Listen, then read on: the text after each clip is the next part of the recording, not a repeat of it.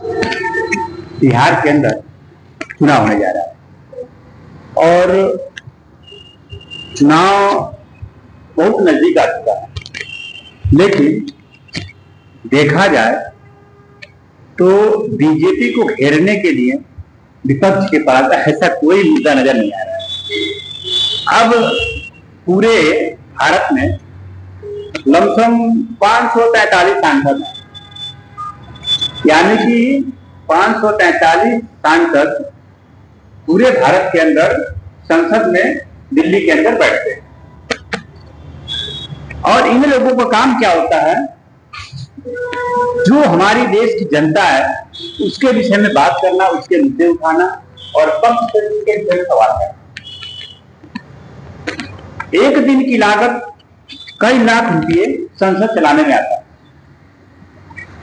लेकिन हमारे जो सांसद आजकल 543 सांसद हैं, सारी पार्टियों को मिला करके इन सांसदों के पास ऐसा कोई मुद्दा नजर नहीं आ रहा है जिसको हम बिहार चुनाव में बीजेपी को घेरे हैं। अब इन लोगों का जो मुद्दा था, एक भी मुद्दा काम नहीं किया। उत्तर प्रदेश के अंदर ये लोग मुद्दा बन लेके आए थे कि हम 8500 रुपया देंगे और संविधान खतरे में।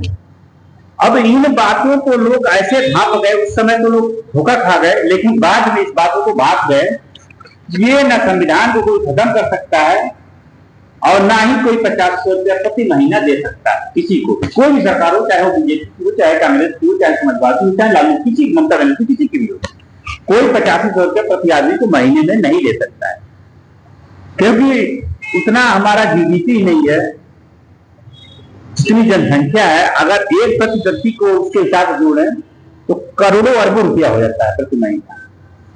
दूसरी बात, जब ये लोग जहां से जीत गए, जो कार्ड दिए थे ग्रांटेड कार्ड, जब जीत गए वहां पे महिलाएं गई तो महिलाओं ने देखा कि ऑफिस बंद है।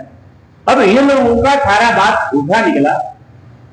अब जो बिहार का चुनाव बहुत इंटरेस्टिंग आने वाला है, अब इसमें इन लोगों को कोई मुद्दा नहीं मिला, सारी पार्टियां एक तरफ मिली हुई है, सिर्फ बीजेपी में जोड़कर। अच्छी बात है, पक्ष का घेरने का अधिकार विपक्ष को होता है, सवाल पूछने का अधिकार होता है, लेकिन सवाल ये पूछा जाता है कि विकास की गति धीमी क्यों, जनता परेशान क्यों?